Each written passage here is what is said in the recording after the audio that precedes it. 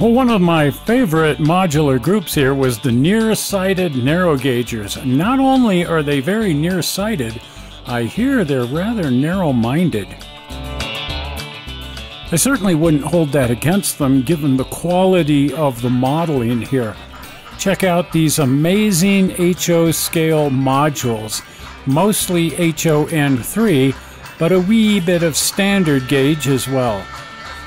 While each member of this group clearly has their own unique style, all of these modules are first-class modeling, contest-level modeling. As I've mentioned in the past, Blackstone Models has really increased the operational capabilities of HON3. Used to be very difficult to get HON3 to run well. Now all you have to do is buy a Blackstone model and, well, just frankly set it on the track. And some of the track work here is dual gauge. Check out the complexity of just your basic switch in dual gauge. But dual gauge is really fun. It adds kind of an interesting dimension to HON3 to be able to also run HO standard gauge engines on the same track. And if you really want to get it complicated, try intermixing standard and narrow gauge equipment in the same train, and then do switching.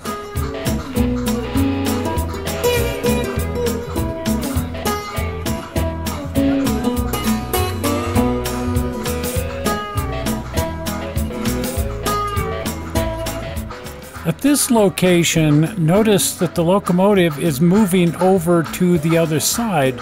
The common rail is changing sides with a transition track. This creates what used to be called in the days of the narrow gauge a messy derailment if you've mixed standard and narrow gauge equipment and then you go through a transition track. In this case, they're simply going to unhook the locomotive, take it out onto the turntable, and turn it around to go back the other way. If you've watched the show on the Colorado Narrow Gauge Museum at Golden, their turntable is dual gauge like this, which requires having 4 rails on the turntable bridge so that when you turn around to go back the other way, the rails all line up. In this case, the turntable is simply narrow gauge.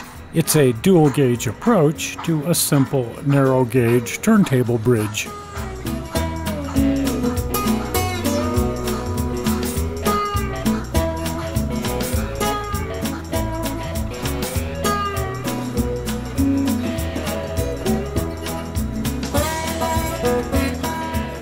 A lot of the structure and detail modeling is actual wood.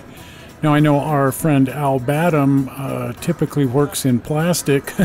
One year at the convention, he won Best Wood Model with something that was entirely plastic, but it looked so convincingly like wood that the judges thought it was wood. In this case, these wood models are actually wood.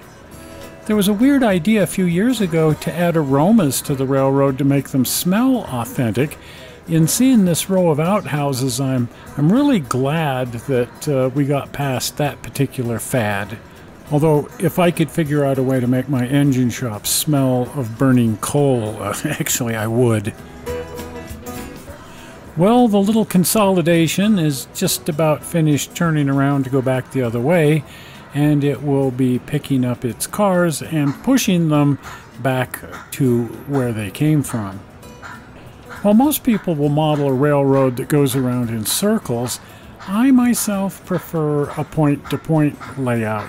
You can do so much more in your track planning, and when you're working in large scales like 1/20th scale, it's almost impossible to have a loop of track, and point-to-point just becomes necessary.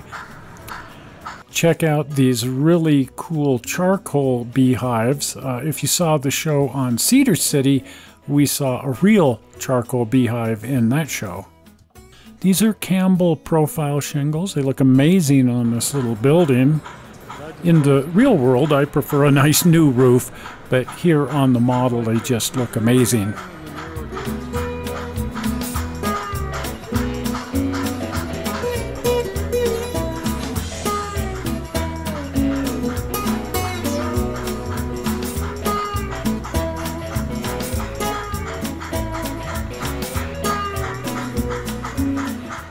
Well, the little consolidation has just about reached the other end of the layout again, and we'll be turning and going back the other way. What a fabulous, fabulous modular railroad. Karen and I are just dying to get into HON3, especially using some of this Blackstone equipment. And as soon as we finish the 20th scale railroad, oh, and I guess the O scale accidental railroad, we are definitely planning an HON3 layout. Every time we see a railroad like this one, it just flat inspires us.